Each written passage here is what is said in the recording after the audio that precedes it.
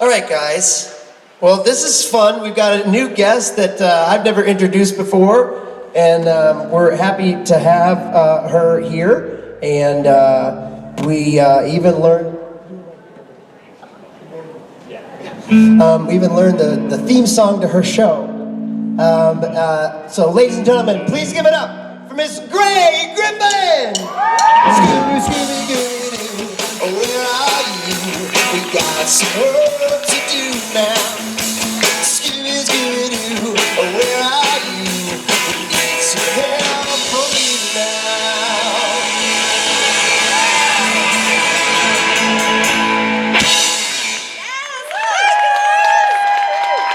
Well, jeepers, this is a lot different from a regular convention because there aren't a bunch of creepy monsters everywhere in costumes. Sometimes I wrestle them to the ground and tear off their mask and it's just a teenager, but so nice to see you guys. Welcome to the show. All right, Gray, we'll have fun. Yes, I will. Do I sit? You can sit. Your questions are going to be coming from the sides there. Okay. And kind of alternate and enjoy. Okay. Should I? I'm going to talk about. Well, some of you know me as Daphne Blake for the last 20 years on Scooby-Doo, and then of course in the Supernatural episode. But when you guys were growing up, I was Emily Elizabeth on Clifford the Big Red Dog. Does anybody remember that? Yeah. And Vicki the babysitter on Fairly Odd Parents.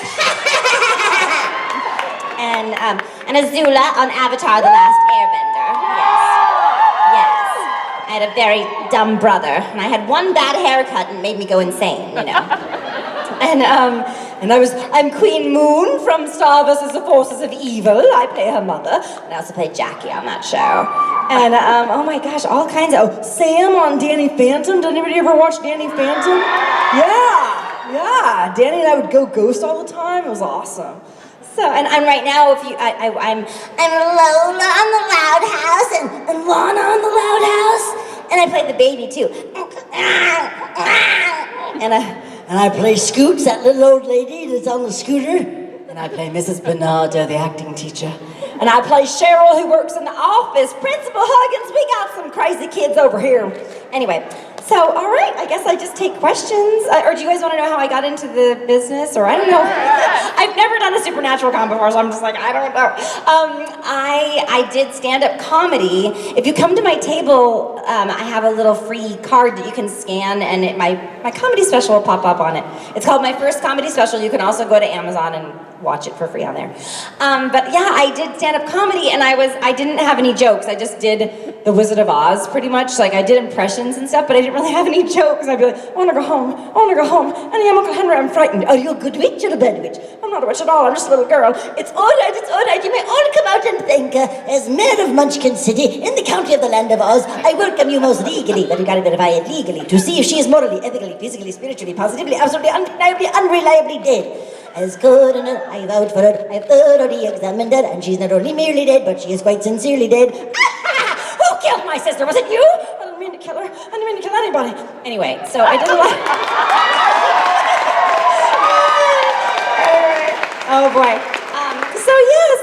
So I did that, but I didn't have any jokes. So Pauly Shore, do you know who Pauly Shore is? His mom. Okay, yeah. So his mom owns the Comedy Store, and she said, "You're so cute. You should, but you need jokes. So why don't you go do cartoons or something? Because you do great voices." And I thought like it was just something you just went and did, like signed up for. But it's like the hardest job ever in the world to get. But I got it somehow. I don't know how. But then I did Rugrats. Did you guys watch Rugrats? Yeah, I was Todd McNulty on that show, and he talked a little bit like this. And I also was Reptar the one time he came to life, and he was like, and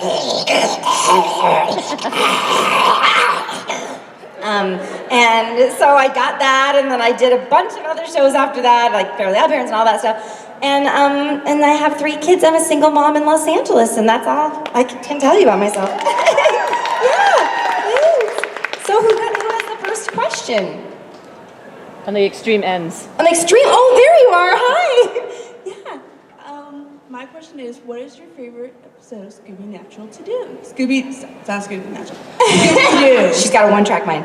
My favorite Scooby series was Mystery Incorporated. It was just, it was so great. And it was the first time we kind of broke out of I took over the part 20 years ago. Oh my God. And I was really trying to be very reverential to the woman that did it before me because she was a really good friend of mine, and I felt weird about, she had passed away, so I felt weird about taking over her role, and I just wanted to make sure I was really paying homage to her as much as possible. She was Mary Kay Bergman. I don't know if anybody knows who she is, but she was a legend. She was all the women on South Park. She was the original Timmy on the Fairly Odd Parents in the pilot. She was she did a lot of the little boys parts in The Iron Giant, and she was Snow White for Disney. She was just amazing. Anyway, so she unfortunately took her own life, so it was just like a really terrible time. It was like really just a traumatic time, and they asked me, Gray, can you audition for Daphne? And I was like, no, I can't. I mean, I can't even believe we're having auditions for that right now. It's crazy. It was like a couple weeks after she passed away, but her husband had been staying with me because he was really he was going through a terrible time, and he said, Gray, you have to audition for it. She loved you. She would have wanted you to do it. So I was trying to just be as close to her as I could be for a few years. But then I got a little cozy and a little sassier, and then a lot of my snark started kind of sneaking into Daphne. I don't know if you've noticed over the last 15 years or so, it's just she's gotten a little bit snarkier, especially when girls try to flirt with Freddie, and he decides to split the gang up and go looking for clues with this skank over here. Anyway. So yeah, Daphne's personality is given. But Mystery Incorporated was like the first time that I think we got really irreverent. Like, Velma had a girlfriend, obviously, her name was Hot Dog Water, and Linda Cardellini played her, and then of course when we did Be Cool Scooby-Doo, Daphne went completely crazy with her like beard and her like puppetry, and just got really, really out there. So, but I think Mystery Incorporated as a series was my favorite one. I don't know if I could pick a favorite episode. I really like the Trap of Love episode. Trap of Love. Did anybody see that with the... Anyway, I got to sing. It was fun. Thank you. Mine happens to be What's New Scooby-Doo. You like What's New Scooby-Doo? Good, yeah. Well, what's your favorite episode? There's too many to count. Oh, I was gonna like try to give you a good story about it or something. I will say Matt is gonna do a panel at some point, and if Matt Lillard, who plays Shaggy, if he wasn't sitting next to me all the time going, that's my part, because I just have ADD and I just start like getting really into how someone's saying their line or looking at my phone or something, and then I'm like, oh my God, it's my phone. And sometimes when I miss my cue and because he didn't tap my leg, I get mad at him. I'm like, you didn't tap my leg. Anyway, he's like, it's not my job to, anyway. I'm just doing that as a courtesy. Thank you. Okay, now we'll go this. Okay, Hi. I was curious, who did you have more fun voicing? Vicki from Fairly Odd Parents or Azula from Airbender? Oh, gosh. Well, they're both very evil. Vicky's got a chainsaw. And well, I've been doing that part since I was 26 years old, so it's been like 20 years of doing that too. And honestly, Azula, it was such a well-written show. And I loved, anytime you get to have a mental breakdown, it's wonderful. Especially behind a microphone, because I feel like I'm always on the brink of a mental breakdown, so actually to like fulfill it on mic is always very satisfying. But I honestly didn't remember Azula that much. I mean, it was only like maybe 10 sessions, and I was working all by myself, so later on I got more into the character after. Well, I am a single mother with 3 kids in private school, and so my friend's like, great, do you want to come do this convention with me? People will spend $40 for your autograph, and I was like, I don't think they will. And she's like, they will. And I was like, I don't think so. And she's like, yeah, I'm telling you, I do it every weekend. So she took me to one. I didn't even know what these were. This wasn't Supernatural, but it was just a comic book convention. And this woman came up and said, did you do Azula on Avatar: The Last Airbender? And I was like, I think so. Yeah, I think. And then she was like, okay, hold on. So then she Googled it. She's like, yes, you did. You're Azula. And I was like, okay. So then she went and got all her friends, and I was so happy. I didn't even have any Azula pictures. Then I got very into the part and started watching it and remembering all the lines. And like, that's a sharp outfit, Chan. Sharp enough to puncture the hull of an Empire-class Fire Nation battleship, leaving thousands to drown at sea because it's so sharp. She was a little crazy. Yeah. Thank you. But Vicki's fun too, because she's like, you can expend a lot of energy you twerps! Go to bed! Thank you. I'm gonna go back over here. I'm getting it. I'm getting this set. Okay. Yeah. Hello, my name's Alyssa. Hi, Alyssa. Hi. I just want to first off say thank you for voicing a majority of my childhood. So it's awesome. Thank you for watching. My question is, what was your reaction to the crossover with Supernatural and hearing about that opportunity? I had never watched Supernatural, and the crazy thing was, I was doing a convention with Misha Collins, but I didn't know who he was. And he was a dad at my kid's school. Like, we would drop our kids off at school together. Honestly, to be honest, I just thought he was the hot dad from the school. And so I was just doing a comic book convention, and I was walking down the thing, and they always have the people sitting there signing with like a big picture of them behind and like what they're from. Because the other conventions, you don't know where everybody's from. It's just like a conglomeration of everybody. This is actually way better. But I was like, oh my God, the hot dad from school. And I was like, well, what is he on? And I was looking at that sign, I was like, oh, Supernatural, okay. So it's like, okay, but I just had no idea. So when we got the thing, I was like, oh my God, I know the hot dad from that show. He's on it. So that's all I knew. But I was, then to find out how it's super popular, Supernatural. So I was very excited about it. And also they had explained to us, like they said, oh, there's just gonna be an animated part in a Scoobynatural episode. In a Scooby-Doo, I'm sorry. They're doing a Supernatural episode, and it's gonna have a very small animated part in it that's just a Scooby part. And so we were like, oh, okay, are they gonna lift our lines? And they're like, no, you have to go to a session. And then so we looked at the script and we're like, oh, this isn't a clip of Scooby-Doo in the Supernatural. This is like a Scooby episode. So we were very excited that it was more than we thought it was. So, yeah. Thanks. Hi. I'm wondering, what goal in this coming year are you most excited to accomplish? Oh my goodness. I feel bad that I haven't written down more goals. Oh gosh. Well, I do stand up, and I really want to do a late night spot. That's like a lofty goal, but I'm trying to get my clean material together, because every time I write a funny joke, I'm like, oh, that's not good for late night. Are there children in here? Well, I just wrote this new joke, and I've been opening with it, and I say, well, I waxed off all my pubes, and now I know why ugly guys have beards. That's like my new opener, and so I was like, that can't be on late nights. Okay, so I'm gonna put that in that other dirty pile. So I have a lot of dirty jokes that I have to just cull out all the clean jokes to get my 5 minutes together for late night. Oh gosh, oh my God. I was like, I wanted to be a stay-at-home mom, but now I can't because my kids are always there. They're always like, Mom, take us, we want to go to Build-A-Bear, take us to Build-A-Bear. I didn't even know what that was. I thought it was like a gay gym or something. I was like, what? Anyway. There's a lot of, yeah. We have a pit bull, her name's Babyface. We named her after her favorite snack. Anyway, there's a lot. Thank you so much. Now I go back over here. Okay. Hi. Hi. So on Scooby-Doo, you guys catch bad guys, and then on Supernatural, they kill bad guys.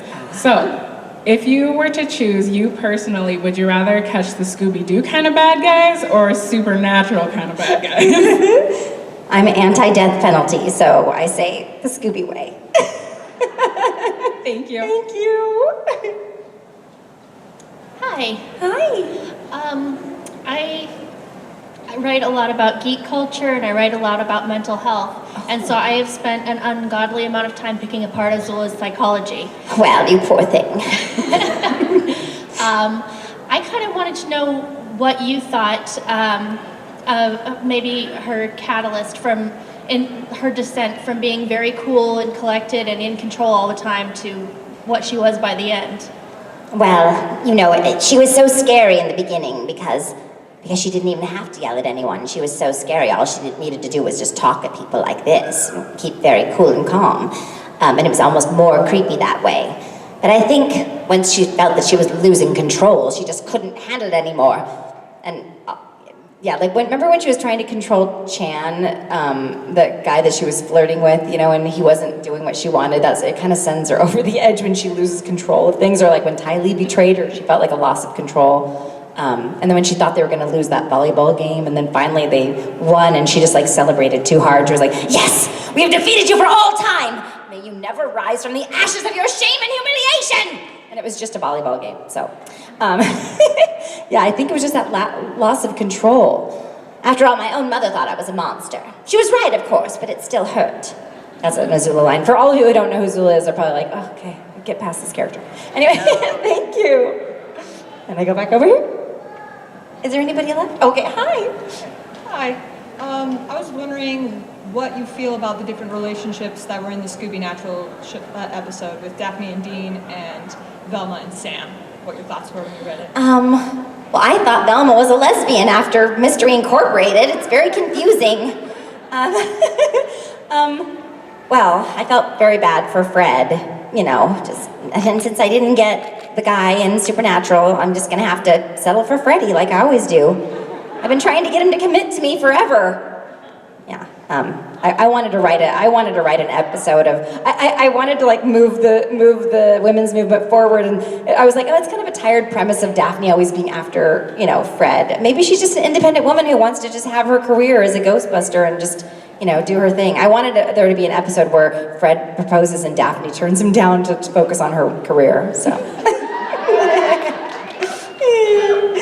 I'm gonna call it Me Too Scooby-Doo. That won't go over very well. Hi. Hi. I waited 30 years to see how 13 Ghosts ends for Scooby-Doo and the 13 Ghosts. Did you like taking control as the leader and being the leader of the team for the 13 Ghosts movie that came out? I loved it. I thought you were great. Well, jeepers, thank you so much. I remember recording that and being so excited that finally Daphne's not just like this arm piece, that she's like, not just if people watched it in the 70s, they're always like, oh, you're the hot one. And I'm like, she's so much more than that. She's the leader. She's got a lot of good ideas. Fred's the goofy one now. I remember being really excited about her taking the lead in that way and just thinking how far she's come from being just like the fashion icon. When seriously, it's like, she's a fashion icon and I haven't been able to change my dress in 40 years. That's weird. But now it's all back because she's retro now. Now it's like she is really, really fashionable. But no, I was really excited about that and I was proud of the writers for putting that in, and it's fun to see a character that I've been doing her for almost 22 years actually, to see it grow and develop with the times, So. Love it. Thank you. Hi. Hi. I was just wondering, at what age did you realize you had all these different voice personalities, and when did you want to get into the business of doing voiceover? Oh my gosh, I was ignored a lot as a kid. I was an only child and I was raised by my grandmother, and she worked all the time, so I was by myself, and I didn't have a ton of toys, and I had a boom box that I would record myself on little cassette tapes and stuff, and that's how I entertained myself, so I think that's probably where all that started. Also, as a teenager, I used my voices to get into a lot of trouble, like calling. Yes, I play Catwoman on all the Arkham City games and, Injustice and all that. So Catwoman often was calling in sick for Gray. Oh, she's just not feeling well. She's at the doctor's right now. And also, I entertained myself doing prank calls, and I didn't even remember until like maybe 10 years ago. I was like, oh my gosh, I probably ruined so many marriages, because I would pick the phone book out and open it up to like Mr. and Mrs. John Smith or whatever, and then I would call up and go, hi, is John there? Like in the day, and the lady would be like, no, who's this? And I was like, oh, this is Cheryl. John's not home. I really miss John. And then, poor John, he would come home to like a shitstorm. And I didn't even remember, and I just would go down the list in the phone book, probably 30 marriages a day, just ruining it. Anyway, so I was bored. Somebody should have been watching me more closely. But yeah, I think I knew from a young age that I could do voices. Because I did like little baby voices when I was like 11 or 12. I would try to talk like a toddler, like this, and with my friends,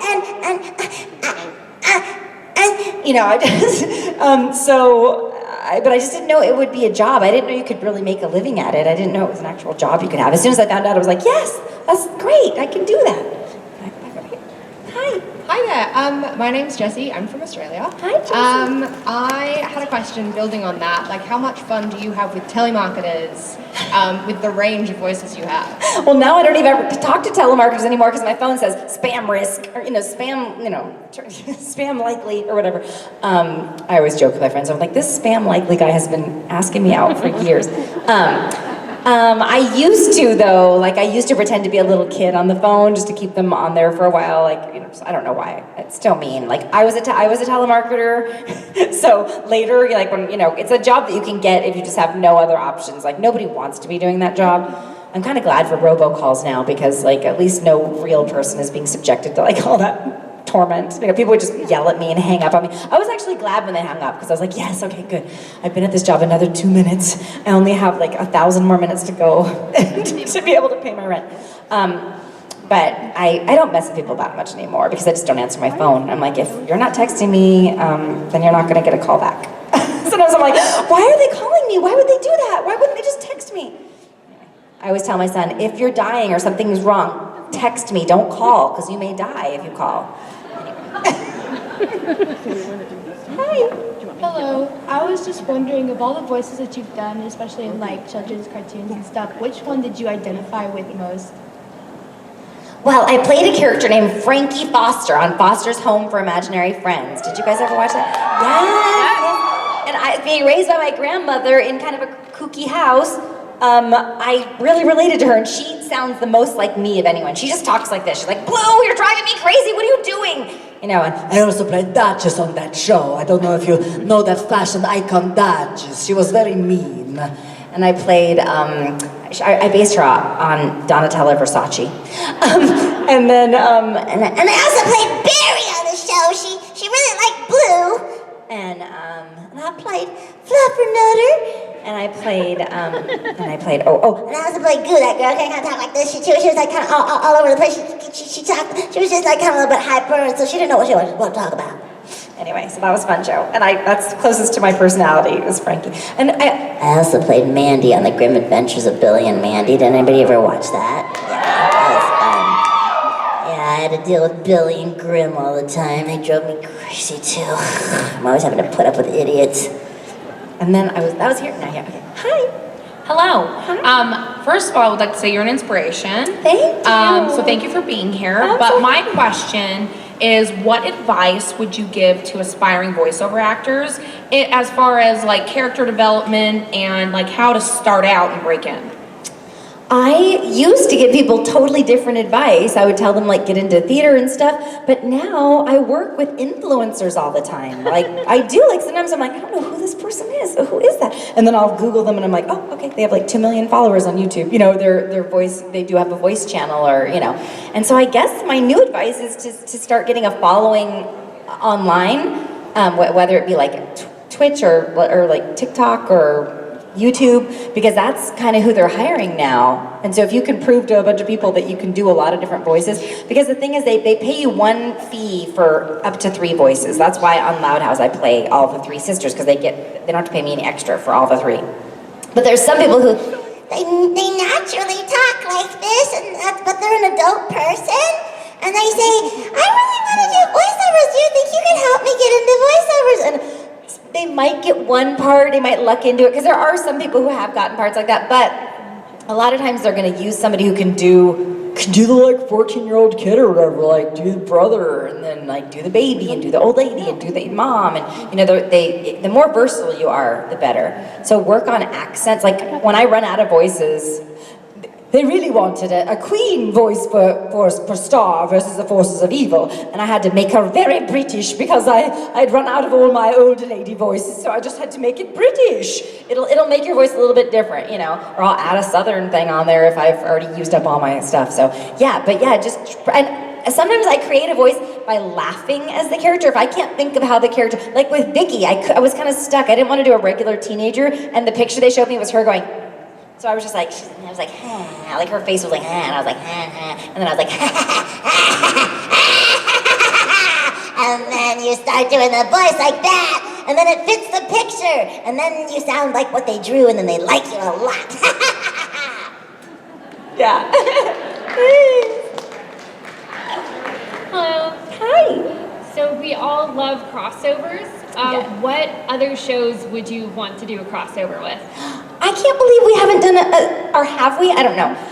But I'm always like, why haven't we done a Ghostbusters Scooby-Doo crossover? Like, we're Ghostbusters and they're Ghostbusters, but I don't know, their ghosts are real, but I don't know, and I met Ernie Hudson at a convention in Australia, and I just loved him so much. He was so I think I just want to work with Ernie Hudson again. He was great.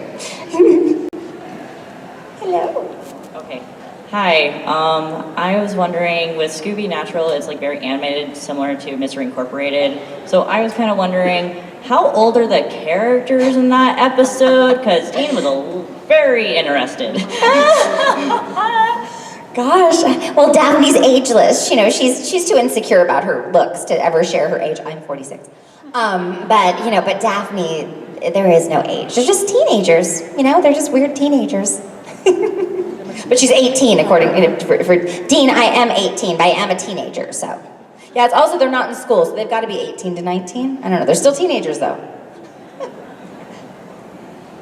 Hello. Hi. First of all, power to you for, single mom, taking care of all that. Oh, thank and you. My question is, I'm a mom too, is have your kids kind of followed in those steps, or are they also or do they do their own thing? Oh my gosh, my son, on the Loud House, my son just finished playing Lincoln for 2 years. So we got to go to work together every Friday, and it was awesome. But now he was crying the other day going, because he's got like this low voice now, and he's like, every kids in school are like calling me Lincoln. And I was like, they wish they were Lincoln. I was like, they're just doing that because they're jealous of you. Don't worry about it. He gets bullied a little. He's very different, but it's cool. Like, he's an artist, and he's like, I just want to be like in college where there's like adults and like nice people. He was an only child for a long time because I had him 7 years before I had my other little ones. So he was used to being kind of like with adults all the time. So he's very mature and I was like, kids are dumb. You're gonna have a huge, wonderful life. Like he has big art shows and sells his art and designs clothes. And I was like, this is just a short 4 years in your life. You'll be fine. Just stick it out. So, and my middle son is super shy. So he's probably not going to go into acting. And my 3-year-old daughter is like very animated and wants to be on stage. We go to a restaurant. She goes up on there's a stage with a microphone. She tries to get up there. So I think she might take after mom. I'll need to go back. Hi, Grace. It's a pleasure meeting you. Pleasure meeting you. I have a lot of respect for voice actresses. My favorite was June Foray. I don't know if you ever got to meet her. I played the young Granny on the final episodes. She did some Looney Tunes stuff where she played Granny, and then they went back in time. So I got to play her as a 20-some-year-old Granny. And I was such a fan of hers that I signed she signed in, and I signed in under her, and I was like, I'm taking a picture of that. That's gonna be taking a picture of. I was dorking out.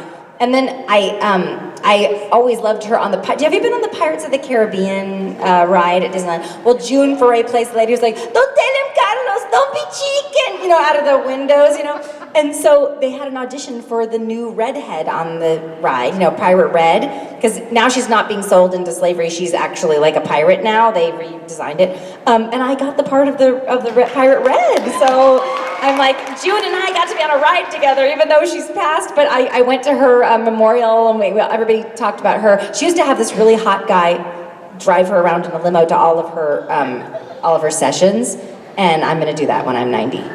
That's my goal for my career. Who was your favorite character of hers that she did? Oh gosh. Well, I loved Cindy Lou Who. I loved Rocky from Rocky and Bullwinkle. She was just. I think I liked Talkie Tina from Twilight Zone. That was so creepy. Yeah, she was everything. She's amazing. Yeah, and she lived to be almost 100 years old. So I want to do that as long as a hot guy's driving me around. Couldn't quite hear when you were talking about your kids, if you already answered this, because we can't quite hear up here, but are they yet at the age when you can really annoy them? And you're just like, Mom, stop with the voices. They were at that age when they were born.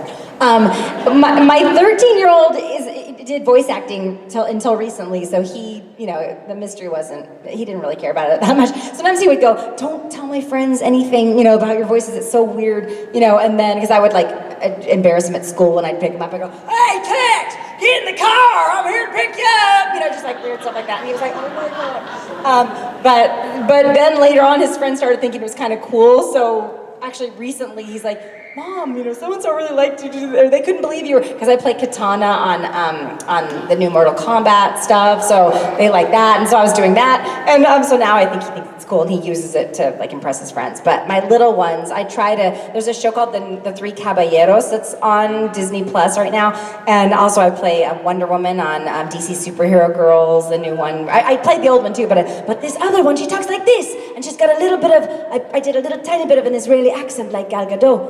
And so I do that for my kids. And my daughter's like, shh, mommy! Because if I see it on, I'm just like, I start going, oh, we must vanquish that villain! And they're like, Mom, go away! So it does bother them.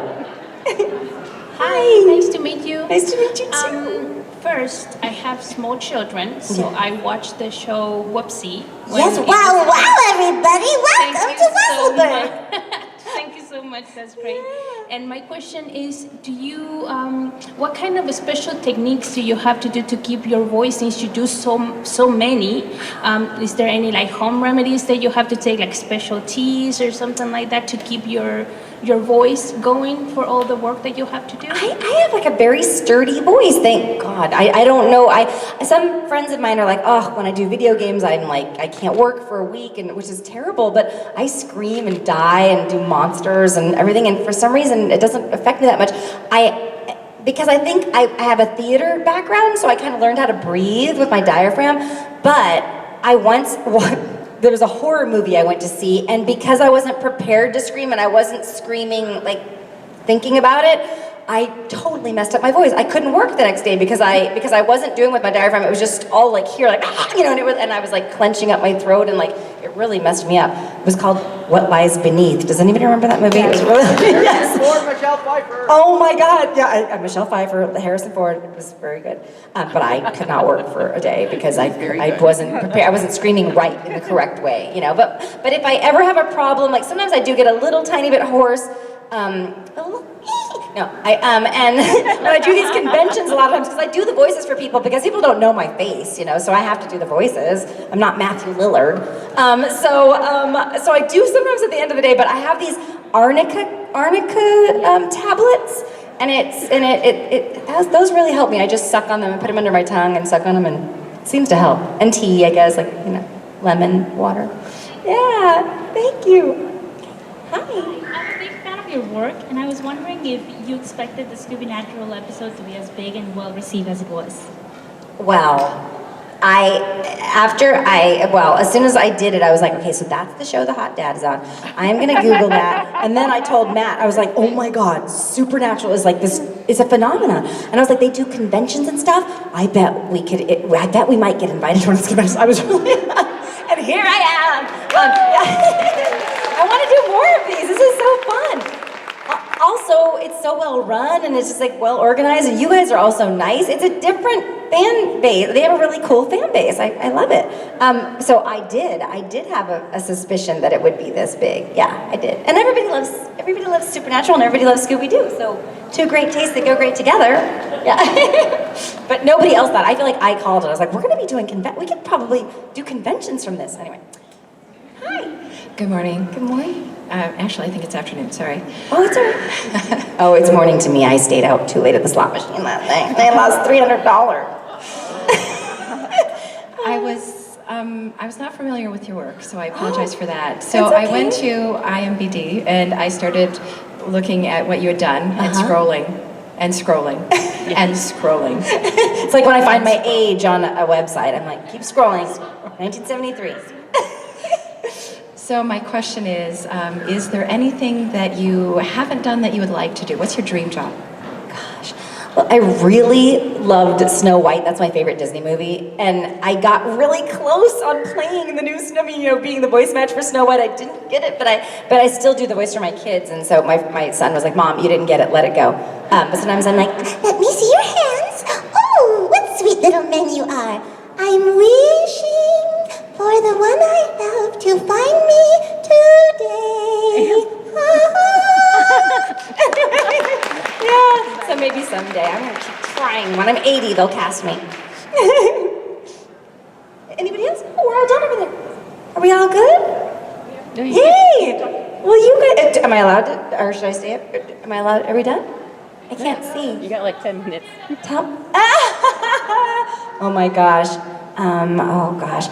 I was raised by my little Mexican grandma, and well, I was just gonna say that I have to start in order because I was like, I hope I look all right. I just tried Spanx for the first time. I mean, not the underwear, but just where you're like, stop eating. Oh gosh, I've been writing all my new material, so I'm trying to go back to my old joke. Well, gosh, let me see. Well, I'm a single mom with 3 kids, and my oldest is the most messed up because he's been around me the longest. But you know he's really dumb. I don't know what I'm gonna do with him. He's so dumb. Like I just bought him one of those race car beds just to kind of like prepare him for the future when he has to sleep in his car. He asked me to marry him the other day. It was so sad, you know. It's just like I had to explain to him. I was like, oh my God, honey, that's never gonna happen. You're never ever gonna be able to marry mommy. You're never gonna make enough money. Oh gosh, I was like, and then so I was like, you know, some people like dance like no one's watching, and I parent like no one's watching, you know. I take my kids to the park a lot because it's easy to pretend like you're a good mom, you know, if you just look up from your phone every 20 minutes and just go like, Careful, buddy. and, you know, like sometimes I get so bored at the park I have to play games with myself where I'm just like, sometimes I have a game where I just call out, Brayden! just to see how many white kids with boring parents turn around. I hope nobody here is named Brayden. Not because I'm afraid of offending you, but just because it's a shit name. And I really hope nobody here is named Brayden. No, but I was raised by my little Mexican grandma, and she had parenting rules, but they were more like, you know, they were like fashion rules. You know, she would be like, You gotta wear some makeup and push yourself up and put lipstick on and high heels, and who's gonna want you? I was 7. I think I've been, you know, my grandma used to say, live every day like it's your last. And I think that's why I'm so depressed all the time. I've been cutting myself. I mean, not like anything serious, just like my bangs and stuff. But I've been drinking a little bit too much. I took my kids to Disneyland the other day, and my daughter saw Captain Hook, and she was like, Mommy, look, it's Captain Morgan. Anyway, that's just a sampling. Go on Amazon and you can download it for free on Amazon Prime. It's called My First Comedy Special. Thanks so much, you guys. This was awesome. Thank you. Come to my table. It's a wireless mic. Sorry. Okay, bye. Maybe we should just. It's gonna be like, oh.